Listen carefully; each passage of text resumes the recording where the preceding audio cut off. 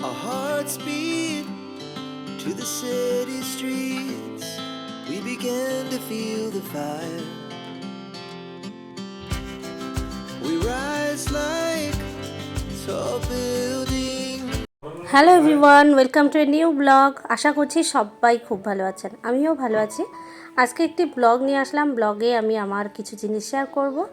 আর এখানে দেখুন আমি একটা আনবক্সিং করছি। আনবক্সিং হচ্ছে এই প্রথম আমি যেগুলো টু পিস হয়, যে টু পিস থ্রি পিসগুলো এখন পুরো রেডি অনলাইনে পাওয়া যাচ্ছে সেইগুলো। তো দেখুন খুব কম প্রাইজের মধ্যে যেগুলো আছে সেগুলোই একটা নিয়েছিলাম, তো সেটারই আনবক্সিং করছি। আর যেহেতু কটনের, তার জন্য আমি একটু লুজ নিয়েছি, আমার যে সাইজ লাগে তার থেকে এক সাইজ লুজ নিয়েছি। আর তার জন্য আর কি জিনিসটা ঢিলাঢালা হয়েছে, পরেছিলাম বেশ কমফোর্টেবল। আর কালারটা কতটা থাকবে জানি না, এখনও ধোয়া হয়নি জিনিসটা। তো কালারটা যদি খুব একটা না ওঠে তাহলে তো বলবো ভালোই হয়েছে। মাত্র 350 টাকায় আমি এই টু পিসটা পেয়েছি। আর একটু ভালো যদি আমি নিতে মানে চাই তাহলে কিন্তু আরও কিন্তু কোয়ালিটিটা ভালো হবে।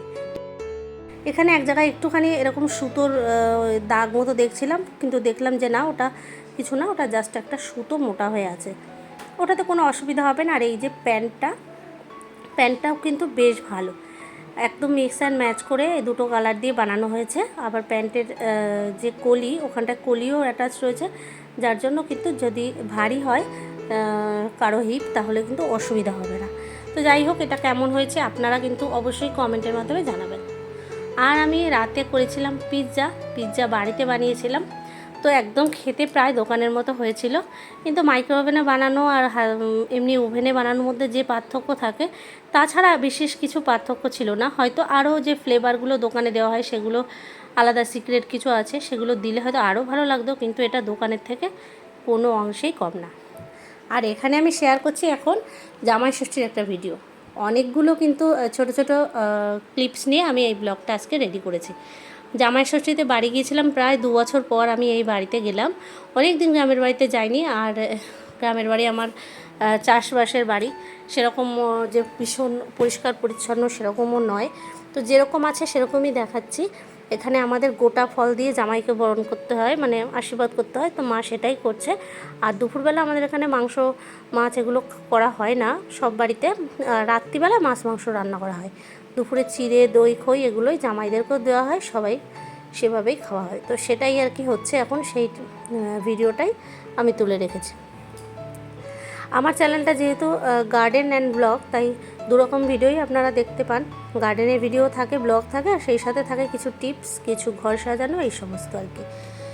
তো যাই হোক, এই ছিল আজকের ব্লগের বিষয়বস্তু। তো আমরা যখন ফিরছিলাম সেই সময় মনটা একটু খারাপ লাগছিল, কারণ আরও একটু থাকতে পারলে ভালো লাগতো, যেহেতু জন্মস্থান। আর সেখানটা কিন্তু মানে ছোটোবেলাটা কেটেছে, সেখানটা যেমনই হোক না কেন সেটা কিন্তু সব মেয়েদের কাছে একটা ভীষণ প্রিয় জায়গা। তাই কি করলাম, বাসে বসে বসে রাস্তার ধারের এই দৃশ্যগুলো কিন্তু ক্যাপচার করছিলাম। আর ভাবছিলাম সেই পুরনো দিনগুলোর কথা, যখন আমরা বাসে করে কলেজে যেতাম এই রাস্তা দিয়েই, তখন কিন্তু সেই সময়ের কথাগুলো মনে পড়ছিল। আর এখানে বাসের মধ্যে একজন মুরগির বাচ্চা নিয়ে উঠেছে। তো মুরগির বাচ্চাগুলো দেখে তো আমার মেয়ে বলছে যে একটা মুরগির বাচ্চা নেব।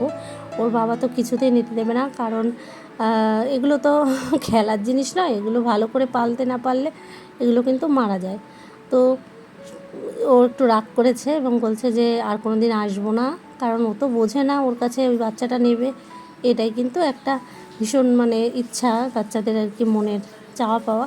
কিন্তু সব সময় তার ওদের চাওয়া পাওয়াটা গুরুত্ব দেওয়া যায় না, যেহেতু আমরা বুঝি ওইটুকু ছোট জিনিস নিয়ে গেলেই এখন মরে যাবে। আর যদি সেভাবে বাড়িতে কেউ পোষার জন্য কেনে, সেই ব্যাপারটা আলাদা। তো যেতে যেতে গ্রামের পরিবেশ ক্যাপচার করতে করতে চললাম, আর ভাবতে থাকলাম যে পুরোনো দিনে এই রাস্তা দিয়েই কত কলেজ গেছি। কোথাও যদি আমরা শহরে বা আত্মীয় বাড়ি যেতে হতো, তো এই রাস্তাটাই ইউজ করতাম। এটাই একমাত্র আমাদের এখান থেকে শহরে যাওয়ার রাস্তা। তো সেই সব জিনিসগুলোই আর কি মনে পড়ছিল, আর ভাবতে ভাবতে এগিয়ে যাচ্ছিলাম। এই যে দেখতে পাচ্ছেন এখন নদীটা, এখানটা একটু চওড়া, একটু ভিতর দিকে ঢোকানো, এখান থেকে আর কি খাল কেটে জমিতে নিয়ে যাওয়া হয়েছে। এই নদীটাই কিন্তু এই ঠিক অপোজিটটা যেখানটায় দেখছেন গাছ দেখা যাচ্ছে, ওইখানটাতেই কিন্তু আমাদের বাড়ি। কিন্তু আমরা যেহেতু এইখান থেকে পার হলে নদী পার হয়ে আসতে হবে, তো আমরা একেবারে ওই পাশ দিয়েই এসেছি, একেবারে ঘুরে একটা টোটোয় করে বাস স্ট্যান্ডে গিয়েছিলাম। তার জন্য কিন্তু আমাদের এতটা ঘুরে আসতে হলো, নাহলে এই জায়গাটাতেই, এই নদীর ওই পারটাতেই বাড়ি। নদী পার হওয়া, নৌকা আসবে, এই সমস্ত ঝামেলা এড়াতে তাই আর আমরা এই পাশ দিয়ে আসিনি। কিন্তু বেশিরভাগ আগে আমরা কিন্তু এই সাইডটা দিয়েই যাওয়া আসা করতাম।